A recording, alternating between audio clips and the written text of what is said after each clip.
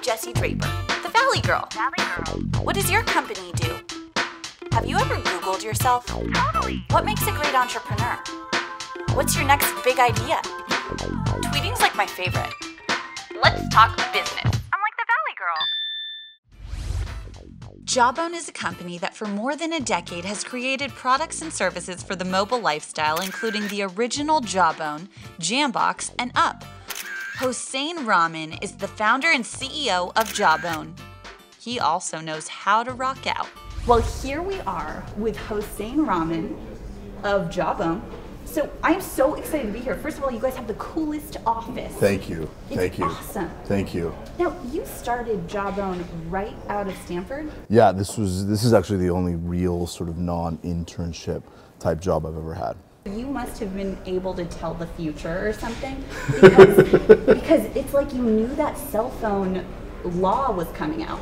Because you started Jawbone before the cell phone law, right? Yeah. Well, we never actually, when we set out to found the company, when we started the company, we weren't actually at that point thinking that we would build products. We were trying to build technology that would improve the way people could use their mobile phones. We were trying to actually do speech recognition applications on top of mobile phones. Noise Assassin, right? Noise Assassin, and the way we developed Noise Assassin, that's kind of the core technology that's in on all of our headset devices. And the way that came about is we were trying to make speech recognition work in mobile phones, so people could, dictate messages and navigate menus, kind of like what Siri does today. And this is sort of in the mid '90s and late '90s. And we realized that everything we wanted to do with speech recognition didn't work. So because of noise, background noise, when you were out and about, walking down the street, doing all these things, so we thought, look, if we could take out all the background noise, it would improve the ability for these kinds of applications to work. We built that core technology. That's what turned into Noise Assassin. It turned out to be a huge breakthrough. And then eventually, a couple of years later, because didn't military use it too? Yeah. We started working with DARPA. Wow. So your taxpayer dollar is very hard at work here to sort of get us going and get a lot of the raw science we developed into products. Give us a quick just overview, because I jumped in. What is Jawbone? Overall as a well, company. today, so we are probably one of the most valuable, biggest, privately held, venture-backed consumer electronics companies in the world. High five. Thank you. Amazing. Thank you. We build lots of different devices, and the whole idea is that these are devices that kind of complete the experience that you have on your mobile phone. So, for example, with the headsets, our view is that these are almost like your personal digital assistant that you wear on your ear. It tells you what meeting you have, what emails came in. There's all these applications that go with these devices, and they allow you to talk anywhere. And that was sort of the core of what Noise Assassin did, right? It allows you to talk anywhere. It improves the functionality of things like Siri. You are responsible for that crazy person walking around on the street talking to themselves. That's my fault. That's your fault. That's my fault. People are walking around looking crazy like they're talking to themselves. I don't know if I can accept complete total responsibility for crazy people.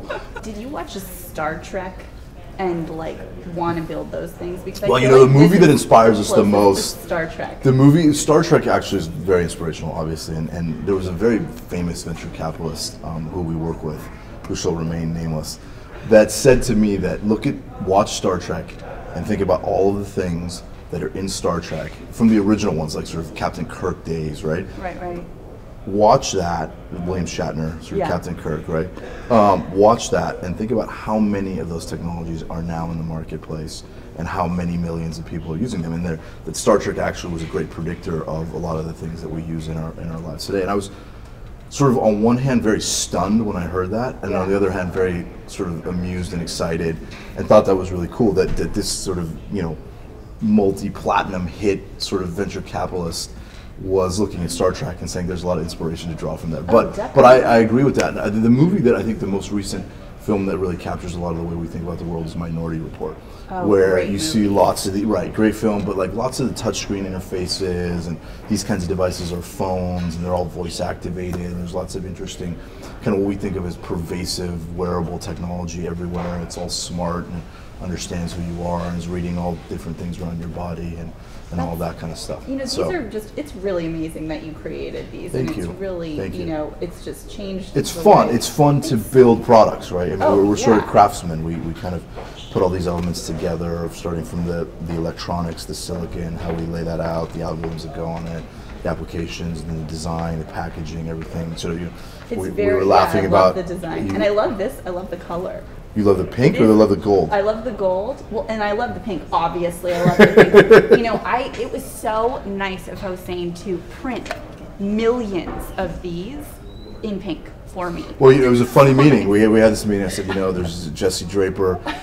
She's all about pink, so let's make sure that all of our packaging across all of our products incorporates it. And so, what made you go from earpieces for mobile, to music essentially? Yeah. Well, so obviously, we did one part of audio, which was sort of communications, right? Yeah, and I guess it's all audio. It's all sort of under the audio umbrella, and so we've always been looking at consumption for a while. And a lot of the way we do stuff is we have lots of what I would call kind of technology development threads going on at any one time. Okay. And mostly we don't ever talk about those things, but we have lots of little experiments going on. We have lots of things that we're trying, because the way we build products is we say, what is our vision of the world? Should the future look like? Maybe we watch Star Trek or Minority Report, right? And we say like, well, that's what it is, or no, we disagree with that, and we want it to be like this. Like the weekly Star Trek viewing session. So in the product team, so we get inspiration. Yes. Yeah, maybe that's a good idea. But so we think about like, where's the world going, and then what do we have that we could sort of influence that and help people get there, or what do we need to invent, or what can we pull in from the outside. We do a lot of partnerships where we pull in technology and help get that technology out into the marketplace. We also develop our own stuff from time to time. So it's a mix of all these things, and so we have different threads going. And on the JAMBOX specifically, some of the guys on the engineering team were working on this notion of taking a lot of sound and putting it into a really, really small package. And we were working with some folks from outside the company as well, and they played it for me, and it was like, wow, that's amazing. Yeah, and it sort of fits this. So much music comes out of you. Yeah, no, and it's crazy. It's just so much music.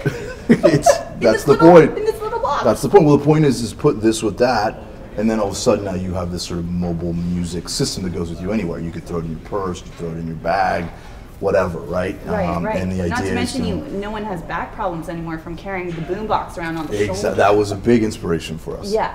Big inspiration. but it's interesting. Like there was a lot of internal kind of should we do it? Should we not? We had some folks who had been here who had worked on speaker products before, and they didn't like the category. And in less than a year, this is now the #1 selling speaker in the United States. I want to talk also about the up, because I know you went from here to music to healthcare. Yeah, absolutely. So what made you want to get into what was the inspiration around this? Yeah, the healthcare industry essentially. Well, a couple of things. One, what we realized is these devices, the headsets, use a lot of sensors to actually tell us when you're talking and when you're not talking. That helps with a lot of our kind of noise quality audio management thing that we do there. And it turns out the same sensors, the accelerometers that we've been using there, do a lot more, right? They can tell us if you're sitting or you're standing, how fast you're moving, how many calories you're burning, how well you slept last night. There's all these different applications that relate to other things. So if you think about what we've been good at, we're good at taking pretty complex technology, making it very small. And pretty. Even here, well, thank you for saying that. And sort of designing experiences around it. And so we teamed up with an outside partner, these guys called Motion X, that had been looking at these sensors that we've been using in headsets for these kinds of applications around health and wellness. And we sort of brought that stuff in and pulled together with the Motion X guys this whole experience. And we brought kind of our sensibility around how to make it small, wearable, designed, etc., and build a whole experience around it. And again, the whole idea was the things that it does. So what this does is it tracks all aspects of your activity. So it understands, like, are you moving, like how many steps are you taking, how many calories you're burning, how fast you're moving, all that kind of stuff. So it's a rich experience. And then it does something around during your sleep. It tracks all of your sleep. So it tracks your light, how long it took you to fall asleep, your light sleep, your deep sleep. Wow. And it helps wake you up. There's a little vibration alert thing in there that wakes you up at the right time, so you wake up refreshed. Because I know that you guys had a little problem in Sure. the beginning. Yeah, But yeah. have you started production on it again? We are working. We believe we've solved all of the things that hit us. I'm so We had impressed with a how small. you dealt with that. You know, like Thank you. you had a little PR problem. It wasn't working. Yeah. You wrote a nice letter to all Yeah. of the fans, Yeah. and I just thought you dealt with it really well. You're like, yeah, we messed Well, up, look, but we're gonna fix it. Absolutely. I mean, and the category was too important to us because I think the mission here is a lot bigger. Oh, It's sort of definitely. helping people understand and knowing themselves in ways that they've never done before. Right, right. And the response that we saw to our product when it first launched was overwhelming. I mean, in most of the places we were in, it was one of the fastest selling products that anyone had ever seen.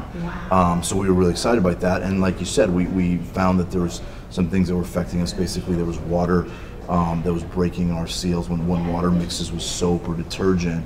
Changes the viscosity of the liquid, and it was able to penetrate our That's waterproof interesting. seals. And it was shorting out two capacitors, and we saw it on a small percentage of the units that were out there, but the folks that had the problem were pretty vocal.